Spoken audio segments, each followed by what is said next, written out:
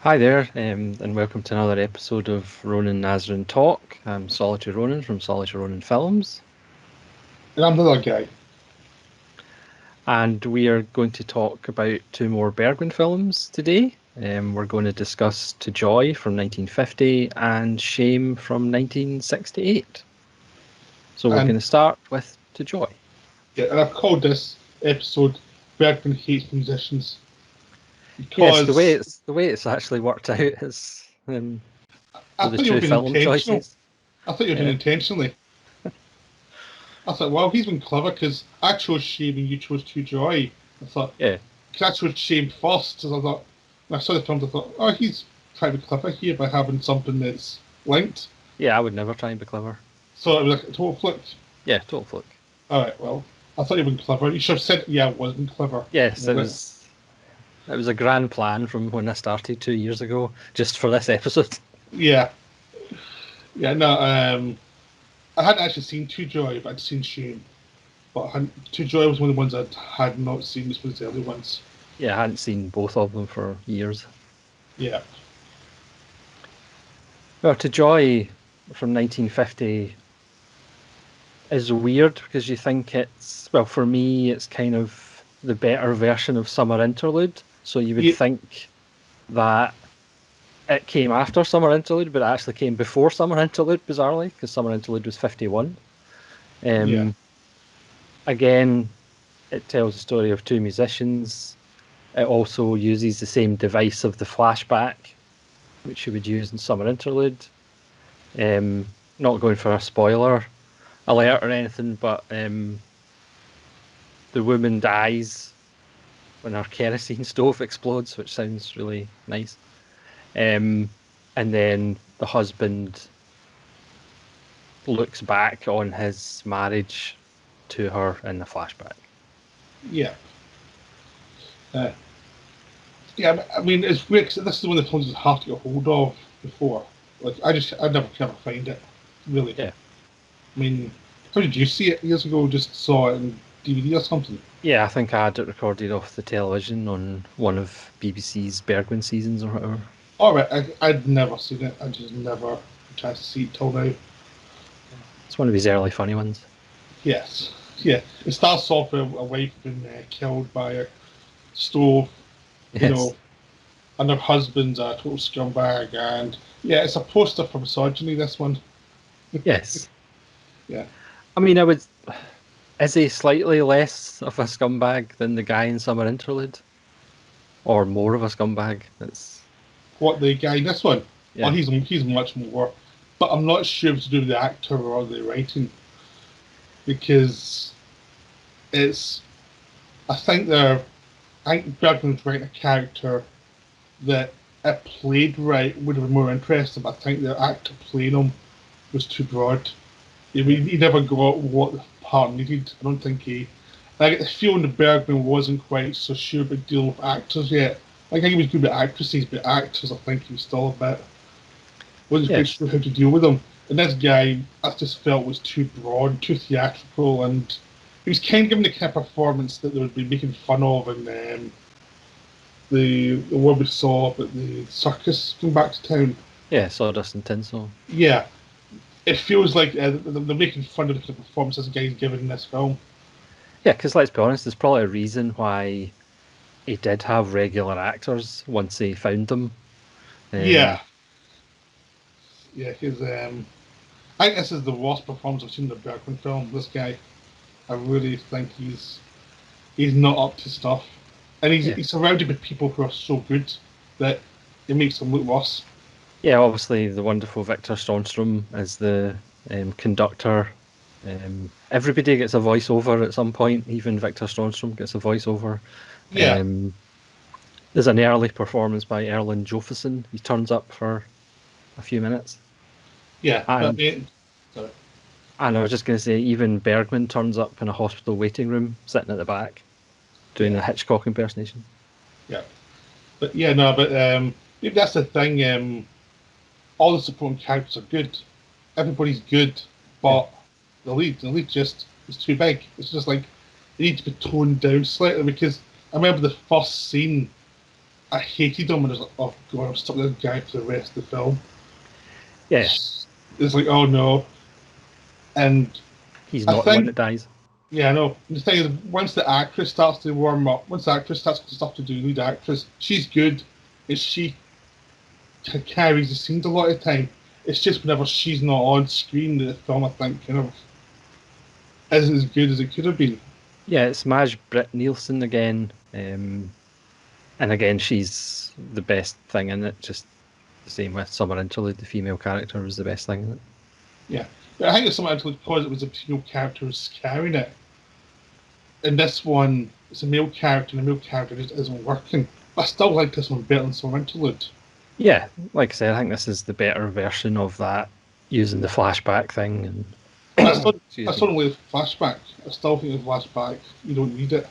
It, No, it adds something that the film could work on its own. And, and honestly, I think it would have been better if the guy had died, actually. yeah, but then if the guy dies and he's the least likable, then we perhaps wouldn't engage with it as much. It would have made my life a lot better.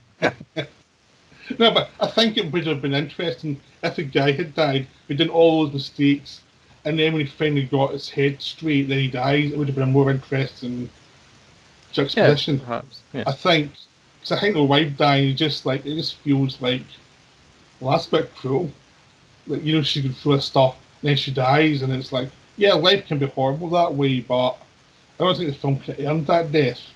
Or Really, maybe the rest of his career he was readdressing the balance but after yeah, killing her off with a kerosene stove.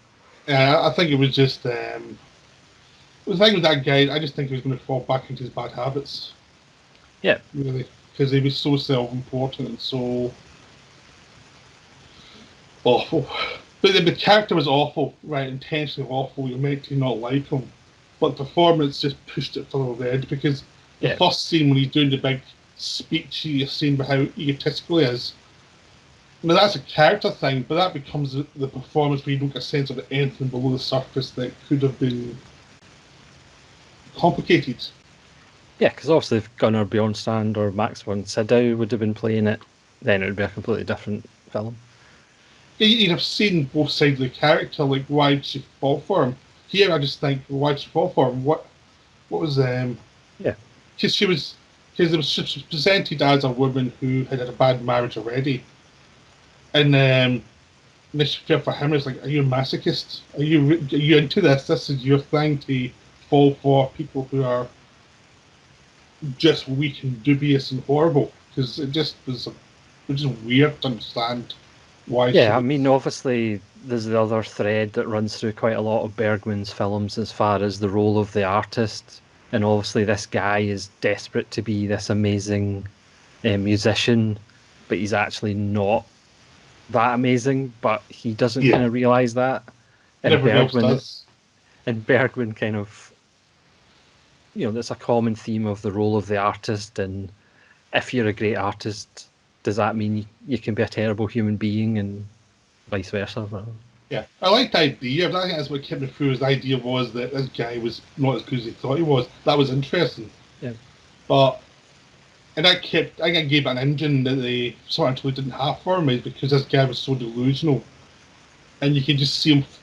Everyone was trying to tell him, just you're not as good as you think you are. Just you've got a good thing here, just enjoy it. Just yeah. that's all you need. Because obviously he didn't want children, and when she falls pregnant, that causes problems because that's going to get in the way to his path to greatness, and Yeah, being a great artist, which he's not anyway. yeah, I know he just doesn't have the. Plus, he rushes to try and get the center stage immediately. Yeah, It's all about him, and it's like the guy's trying to tell him, like, it's fine being someone who plays the music of the greats. You don't have to be great; you can still enjoy it because he's got a great gig. I mean, basically, he spends his time playing music he loves for people getting paid for it. I mean, how is that a hell for yeah. anybody? Because I think, as somebody says, if there's no worker bees, there's no beehive. Yeah, Instead of him trying to be, the queen. Yeah, no, he's got a good gig. It's a Yeah, really good gig. He's a wife who loves him. He's got a job that he enjoys doing. It's a bit difficult, but he enjoys doing it. He gets to play music all day.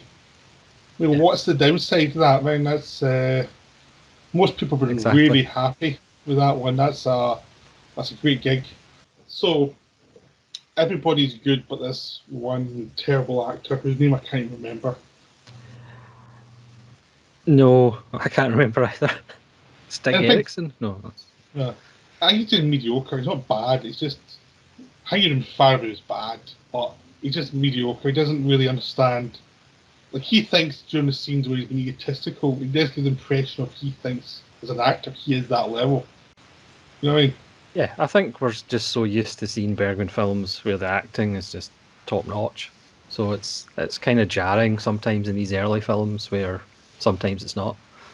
It's also I think Bergman still has problems writing the lead character. I don't think he. I think he's more interested in women he is than men. He's interested in Yes. women's psychology, and I think the main characters tend to be a bit more stock. I mean, even the character in what do you call it, what's that comedy one he did with the cover? Smiles of a Summer Night. Yeah, the real characters in that one are more stock than we Yeah. get later on. But this one feels like it's a depth of a comedy character and a drama, really. Which and an actor can fill it out properly to make it really sting. But then again, the composer, the guy who runs the orchestra, Yeah. he's more complicated because he's a good actor, he knows what he's doing, and he knows when less is more. Yeah. Victor Stormstrom's fantastic in it because he's irascible quite a Yeah, lot, which is fantastic. it's funny to watch him just be cruel to this guy who deserves it. It's just so much fun. Yeah, it's a nice kind of comparison with his performance in Wild Strawberries. Yeah, and it's completely different. So it's always an actor playing a part. It's not just him being himself. Yeah. And lead actress is tremendous. She's so good in it and so Yes. complicated. These little moments because she's only really got like a third of the film ultimately because she's in and out. But a lot of scenes is not about her. It's about her. She gets a certain scenes every so often that highlight her. But a Yeah. lot of times she's in the background. She's not getting that much.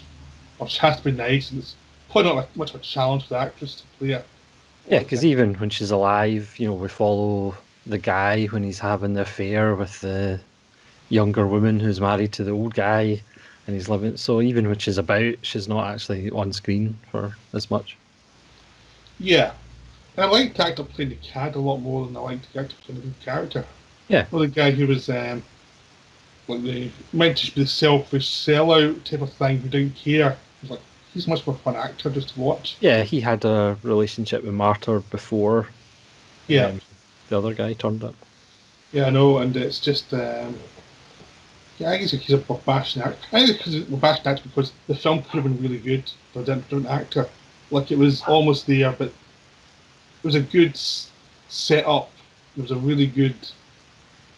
It was really developed well. All the scenes work. Everything's clicking along really Yeah. well in the film.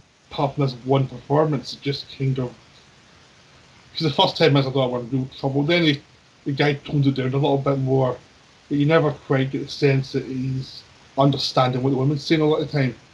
Not that he's meant Yeah. to, but you feel the actor's not understanding him well either. Like he's not projecting things that he needs to project. The Yeah, because delusions. you're always kind of empathizing with the woman more than him. Yeah. I mean, I was watching, I was thinking, this woman needs to take up kickboxing and use him as a bag. You know, Yes. that's all I was thinking I was watching because he was so irritating to me. He was just so annoying. And I know it's meant to be because you're meant to look at guys and why don't you grow up? But the performance just wasn't complicated enough. He just never felt like he was quite getting the tone that was needed. The Yes. selfishness, the self-loathing. You're going to get a lot more in Bergman later on. This one, it was just stupidity. Just a guy who was stupid. And Yeah. you didn't get the pathos of that because the performance was too big. You didn't get the pathos of this guy trying his best and not getting it, which would have Yeah. been if it was less a performance, it was a Max von Sydow thing, it would have been much more moving because we didn't get it. You'd still get the pathos of this guy who doesn't get his limitations, Yes. really. But I should also say that the speeches that the wife gets when she's got those speeches talking about her ex-husband in the past, and then later on his marriage is falling to bits, and she's trying to explain to him what she wants from him. They're wonderful. She's so good. She is Yeah. so wonderful in this film. So those are like the gems of the film make it worth watching because she's so good in it and so interesting. Yeah. It's definitely a film worth checking out, and the music's great. From Mozart, Mendelssohn, and Beethoven. Obviously, it's the Call to Joy. Yeah, Um, yeah. and Anything Victor at Storstrom's Beethoven, fantastic. I'm So happy always have the. I was always happy as soon as I went to orchestra. I was like, yeah, yeah, give me this. This is good. And yeah, I mean, the structure is really well done. What I didn't like was I think the film was good enough to survive without the flashback structure. I think yeah, it would have more punch. Didn't have that structure there. yeah. You could have just showed it linearly, And which is yeah, quite hard to say. I think there were more punch if that happened. And you'd question the guy a lot more. But he's got a way out because he knows his wife's going to die at the end. And I think he character didn't deserve Yeah, that. I think character should have been studied on his own. You know, you know. And the Bergen misanthropy of how awful people can be wasn't full bloom yet. He never quite. It wasn't quite there yet, but it was still a really good stepping stone to yeah, where he was going yeah. later You on. can these early ones, you can kind of see the path that he would be going down, Yeah, you and get it's always stumbles. interesting to watch them. Yeah, because I mean, some interlude, the structure was off. And this one of the casting bits were off. But it's stuff like these were the mistakes he'd had to make to understand what he needed to make Yeah, his good films. So obviously there's going to be imperfections. But despite all that, I would still happily watch this again quite easily. I mean, it's still a yeah, really good film, and the stuff that works really works. It's just one performance, which we've all seen films do that before. Just one thing is yeah. off. You know. Is there anything else to say about To Joy? I don't think so. It's well worth checking out for um, the things that we've mentioned, the lead actress, Victor Storstrom, the music. Yeah. Um, but obviously don't expect a Bergman masterpiece. No. It's a second tier Bergman, but second tier Bergman's still damn good. Yeah. That's really what we're saying. Yeah. This is so much better than most films that try to be Bergman feel. Yes. Yeah. Or succeed, kind of. This is a proper Bergman film, so it's still better than the Bergman rip-offs. So, Absolutely. now, Ronan has been kindly asked me to describe shame because he doesn't want to do it. And my description is very simple. It's really depressing. It's really, really depressing. It's about a war. It's basically Bergman's come and see where what happens in a war and how it it destroys people. People defame each other. People have political views that are very solid but are just brutal. And this is basically it feels like civil war's taking place within a country. One side's the working class are rebelling against the overclass. These two musicians, again, musicians, Bergman hates musicians. Yes. You can't stress this enough how much he hates musicians. They've gone out to the countryside to escape the war after the kind of orchestra's been shut down. They're working the farm. They're not very happy. It's Max von Sydow and Liv Ullmann, isn't it? Yeah. Because Roden knows all the actors by name and everything. I'm terrible with names, so I just go, what was it again? And on his Yes. face. But so they're in the, so they're stuck together. He's an older man, she's younger, more impressionable, and they've had enough of each other at this point. The film starts, and they're trying to survive, and the war comes to their home. Basically, they've been hiding the countryside from the war for years, and now the war's finally come to where they live, and they can't escape it.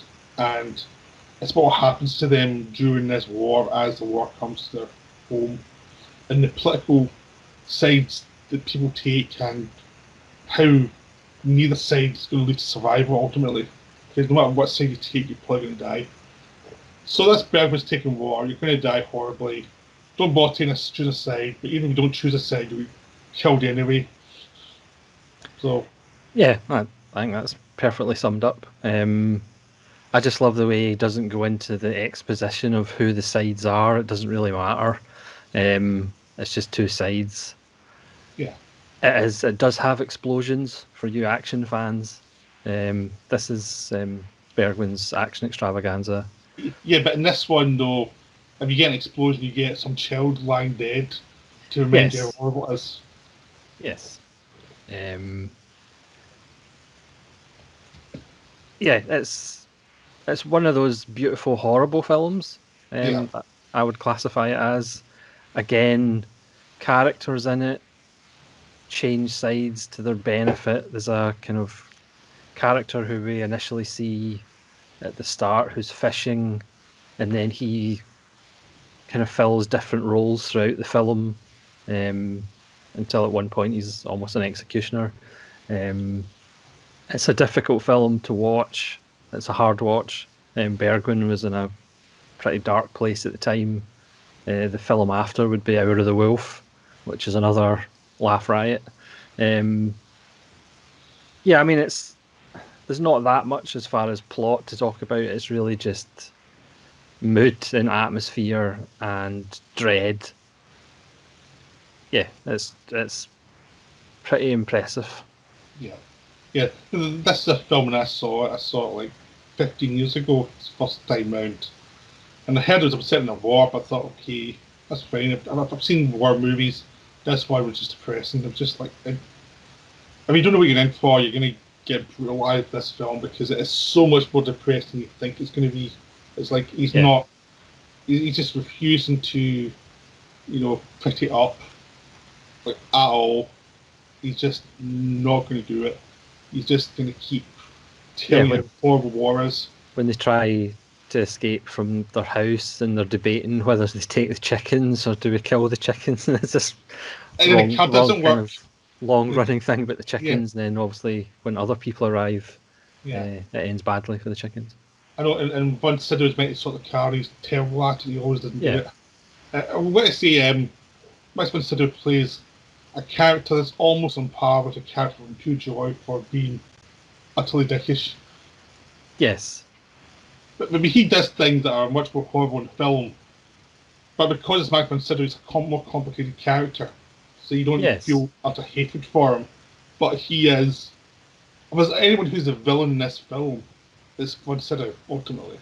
He is so selfish, so horrible, really, under the guise of being someone yeah, who's sensitive, because he's always very sensitive, he's crying a lot. But when the chips are down, he will do horrible things to people to survive. He is like the worst person there. yeah. There's a plot point with money. Um, that yeah, it's this. This is probably his kind of most villainous role in a Bergman film I can think of. Yeah, I Not mean, villainous, but just he's just horrible though. yeah, He's an arse. Yeah, I mean, basically starts out as a sensitive one, the guy who's struggling with the war and surviving the war, the guy who cries a lot, and he's just getting lots of stuff. He's having breakdowns all the time. And Liv Ullmann's wife, she's more practical. But she's having the problems too, but he's been very insensitive. He still wants the war to pass by them. He still wants to make love to her and all the rest of it. And he still has all these things. He wants wine because he likes wine, no matter even though there's a Yeah, war on. And he's just like you can tell she wants to slap him. She really wants to slap him to get his brain work into what the reality actually is. yeah. And You by know, the end of the film, he's turned into obviously more brutal person. yeah. I mean, he brings out his utter scumbag, but he is. But I mean, before that, he's annoying because he's weak. He's like Yeah, weaker than the circumstances should allow him to be. Like he needs to get his act together, really. And she's kind of the burden of most of the problems. And she's more no nonsense. like this is the way the world is, and you just have to survive it for now. Yeah. And Gunnar Bjornstrand turns up as the mayor, who Yeah, again, depending at what stage the war is, he's either on the quote unquote good side or the quote unquote bad side, or sometimes both. yeah, but I liked him a lot more than Baron Sido, to be honest. You know, if he was understandable, he was an understandable character. He was like, he wasn't a nice character, but you understood where he was coming from. He was just trying to survive in a war that took no prisoners. Yeah. You know, because I mean, he was on the side of the authorities because that's where all his power came from ultimately, and they were trying to defend that. And the other side were probably more communists. Really, that's the suggestion is it's like Yeah. communist uprising and a left wing uprising of the people. And obviously, he's not going to win this side because he's got money, so he doesn't want to lose his money. Really, Yes. but Plus, he is under. he also wants Liv Ullmann. Yeah, of course he does. Who doesn't? Fair enough. Yeah, I mean, there's no real I argument mean, to that one. Bergman had married her quite recently. Yeah, and he put it through hell in this film. Yes. This is the honeymoon. Yes. Well done. Um, yeah, no, I mean it's like, but he is understandable as a person who's in a bad situation. Though the bear, he's like you don't have to like him, but you understand where he's coming from. Always Yeah. like when she gets tricked into answer questions and it's used for propaganda, he speaks up for them and says like, no, they were tricked. It's not, obviously not a voice. Yeah. So he kind of does a decent thing. When he has to do a decent thing, he does a decent thing. And once Sido doesn't. And that's the big difference between them. It's like they both have a moment where they can do the right thing, really, and one does and one doesn't. You know, which is a big difference. Yeah, but as a brutal film, there's actually some shocking bits in it. Oh yeah, I mean it's especially because it's shocking bits to the people you've seen as normal earlier. Yeah. You see the guy's a fisherman, and he was also in the militia to overthrow the government. It just shows you how you don't know people that well. You just know them. You see one side of the personality, you don't see everything about them. Then you see the other side, and it's understandable. This guy's probably not having the greatest of life. He wants a better for his family. How it just goes to hell. Yeah. It just is like the rebellion's actually causing like mass murder, and the government's refusal to speak to them's causing havoc as well. It's just this massive war that's just destroying everything. In a lot Yeah. of films, you get war. It's just they're the good guys and the bad guys. It's like there's no good guys and bad guys here. There's No, nothing. nobody gets out alive, literally. It's and I just again, I'll just love the fact that he doesn't explain what side's what and who's doing what. It doesn't really matter. You can infer it, but you can also infer there's like brutality on both sides. There's both Yeah. sides are lying. Both sides are doing things they should not be doing. Both sides are teeing out on the people, and anybody stuck in the middle of them, you're you have to just get away as much quickly as possible. Yeah. And the problem for those two characters is they didn't go far enough away from the war. Yeah. They should have gone out of the country basically when they had a chance, because there's Yeah. I no mean, way to they survive try it. at the end, but Yeah, but they so much they had years to do that. yeah. As I mean, the implication is from Bergman is it's on them to have done this years ago, and they had the chance so long ago to do that, and they never. And it was like, well, they played money then to do it. Yeah. That's, It is a really upbeat ending too. yeah, I mean, it's one for the kids. It's Yes, Bergman's what the film for kids. kids. Again, shot in Bergman's favourite island, Faro or Foro. Shot by Sven Nykvist, who obviously shot a lot of Bergman films. It Yeah, does look absolutely beautiful. Again, it's a beautiful, horrible film. yeah, it is just wonderful. It went from being one of my least favorite films from Bergman to one of my favorite films of Bergman for this viewing because it was so good. Like after the shock of the first viewing of it though, because now you expect some brutality, but I hadn't known what how brutal it was. I didn't know how Yeah, brutal I it could mean, it be. is actually. for all the films that we've seen, obviously with violence and stuff like that over the years, that still is pretty shocking for. Well, Yeah, I was going to say for 1968, but even now watching it, it's pretty shocking in yeah. places. It's. I mean, there are films I've seen that are more shocking that are really good, like Come and See. Yeah, But that's one I just in comparison. Or the War Game, Peter Watkins' War Game. yeah, There's another one that's like on that level of shocking, like how it's showing you how horrible war can be and how horrible the consequence of war can be. yeah, Really, it's that kind of level of there's no sentimentality, there's no nothing. It's just like you're not gonna keep alive. It's the opposite of Schindler's List. Schindler's List is like it's a horrible situation, but some people survive. This yeah, one is like you're lucky if you survive, but you probably won't yeah, in a war. Like, war's a war. There's a reason why it's called war. And it's and the acting's amazing in it. The acting is so yeah, subtle. Because no matter how horrible Vince is, you keep on giving him another chance, you keep on giving him another chance, and it's actually the thing is damning you because you shouldn't be giving him another chance because he's failed so completely in every chance he's had. yeah. To But because it's one set out, it's like. yeah, ultimately, I mean, he's Whereas if not it being the was, merciless in this one. yeah, whereas if it was the actor from To Joy playing You that would, character, yeah, you'd be wanting to die quickly. yeah, But yeah, no, that's the thing though, because of one sit down, you keep on giving him and Lieberman chances are so good. You're ignoring all the mistakes they make to yeah, try to give them complexity that maybe they don't actually have as people. Maybe they're just not that bright.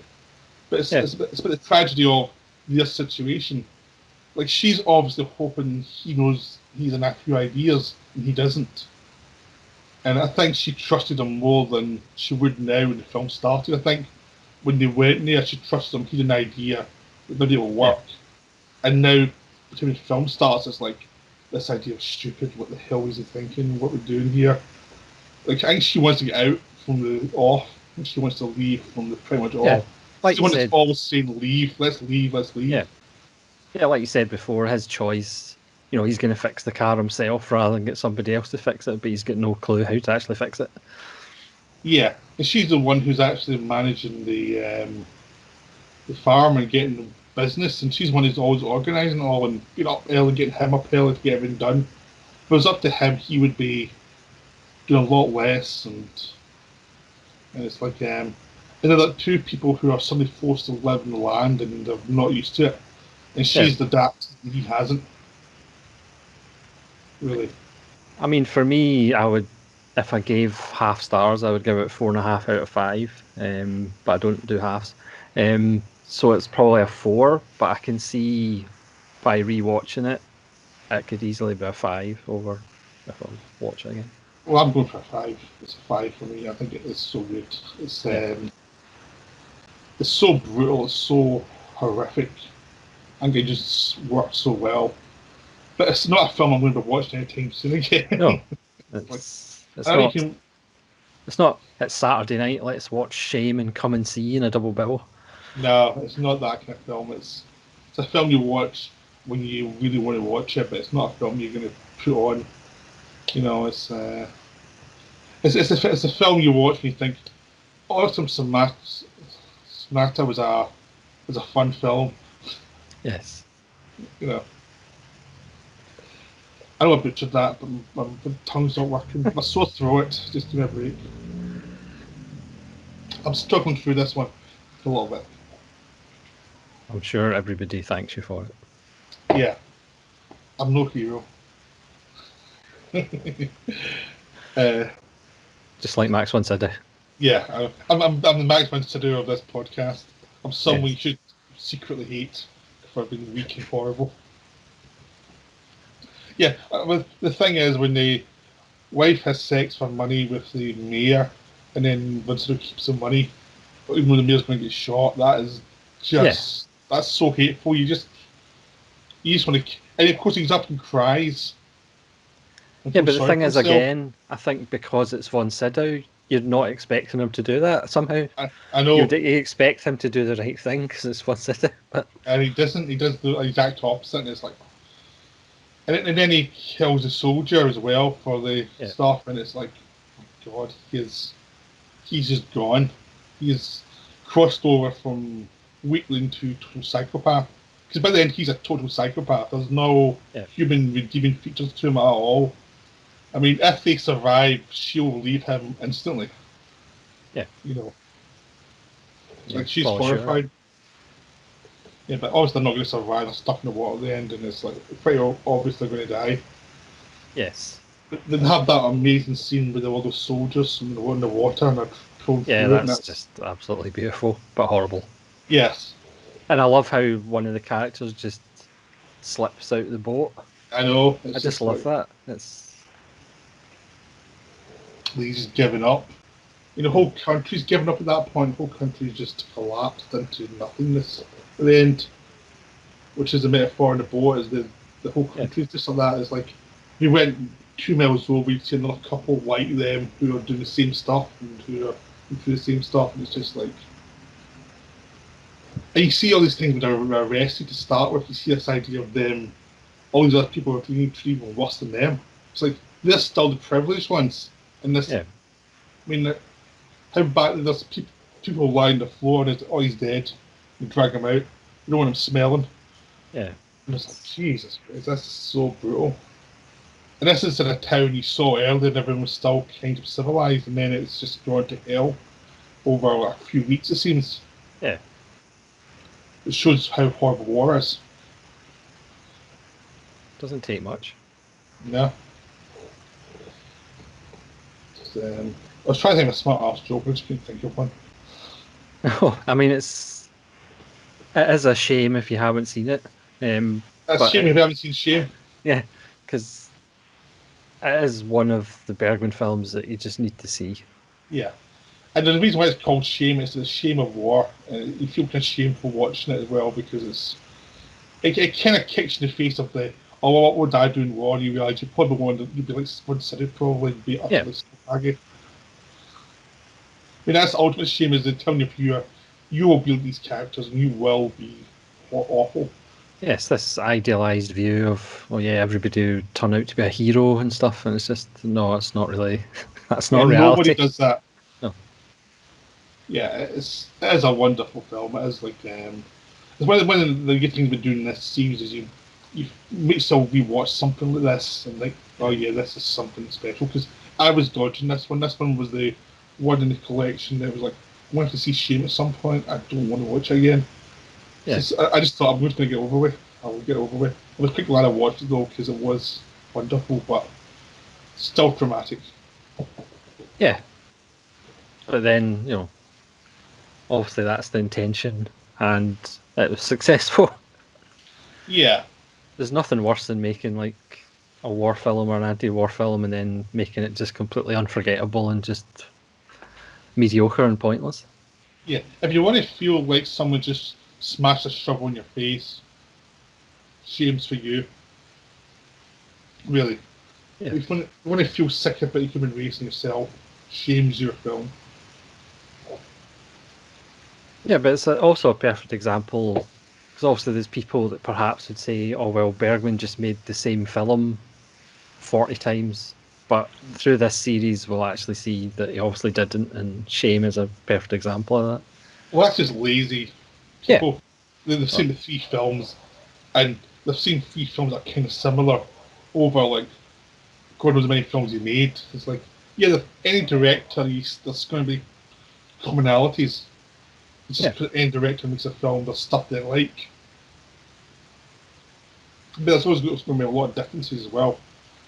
So you just have to go with that. Yeah, I think certainly this, the wonderful Bergman box set also has shown us, for me, the most underrated thing about Bergman is his visual style. Because again, I don't think he gets enough credit, but these films are absolutely beautifully composed visually. Yeah, they are wonderful, especially World Strawberry. Seeing some of the dream stuff, it's like, I forgot Bergman did this kind of thing. Yeah. And all the flaming houses in this film, which you don't expect from Bergman at all. You don't expect that shot of the soldiers in the water is just like stunning. Yeah, you don't expect that at all. mean, sort of intense where you get the circus, and it's much more gaudy than you expect from Bergman.